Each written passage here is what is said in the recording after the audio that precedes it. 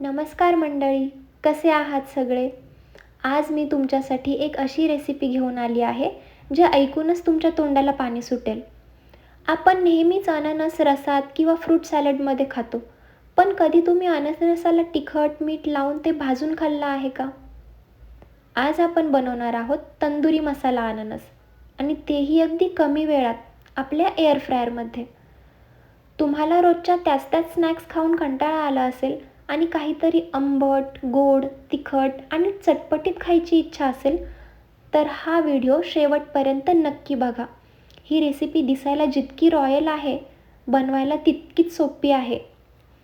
चला तर मग वेळ न घालवता सुरुवात करूया आपल्या आजच्या चविष्ट प्रवासाला.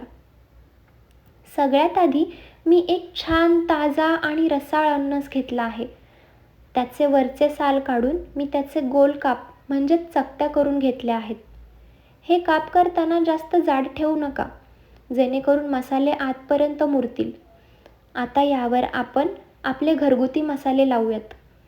मी यामध्ये चवीनुसार मीठ, थोडंसं लाल तिखट, भरपूर चाट मसाला घातला आहे. आता यात एक छोटीशी जादू करायची आहे, ती म्हणजे थोडीशी साखर. साखरेमुळे काय होतं की जेव्हा आपण अननस एअर फ्रायरमध्ये भाजतो, तेव्हा ती साखर विरघळून त्याला एक छान चकाकी आणि कॅरमलाइज चव देते. आता हे सर्व मसाले अननसाच्या दोन्ही बाजूंना हाताने व्यवस्थित चोळून घ्या. प्रत्येक स्लाइसला मसाला अगदी छान लागला की त्याचा रंग बघा किती सुरेख दिसतोय.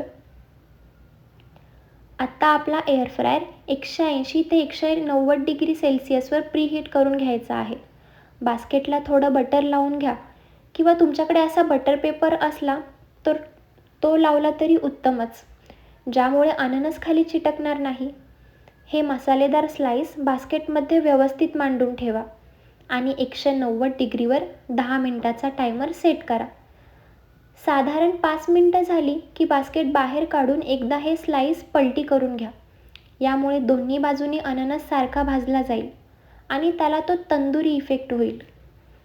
जसा जसा अननस भाजला जातो तसा तसा त्याचा सुगंध पूर्ण स्वयंपाकघरात दरवळायला लागतो. 10 मिनिटे झाली आहेत आणि आपला गरमागरम तंदुरी अननस तयार आहे. बास्केट बाहेर उघडल्यावर तुम्हाला दिसेल की अननसाचा रंग बदलून तो छान गोल्डन ब्राऊन झालेला आहे. बाहेरून थोडा क्रिस्पी आणि आतून एकदम ज्युसी असा हा मसाला अननस खायला अप्रतिम लागतो. तुम्ही हे एखाद्या पार्टीमध्ये स्टार्टर म्हणून देऊ शकता किंवा संध्याकाळी चहाच्या वेळी स्नॅक म्हणूनही खाऊ शकता. वरून थोडा पुदिना किंवा कोथिंबीर टाकली की हे दिसायलाही खूप आकर्षक दिसतं. तर कशी वाटली ही आजची झटपट आणि चटपटीत रेसिपी?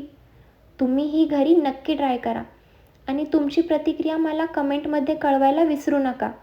जर तुम्हाला हा माझा व्हिडिओ आवडला असेल तर व्हिडिओला लाईक करा, जास्तीत जास्त शेअर करा आणि आपल्या चॅनलला सबस्क्राईब करायला विसरू नका. भेटूया अशाच नवीन आणि हटके रेसिपीजसह पुढच्या व्हिडिओमध्ये. तोपर्यंत आनंदी राहा आणि छान छान पदार्थ खात राहा. धन्यवाद.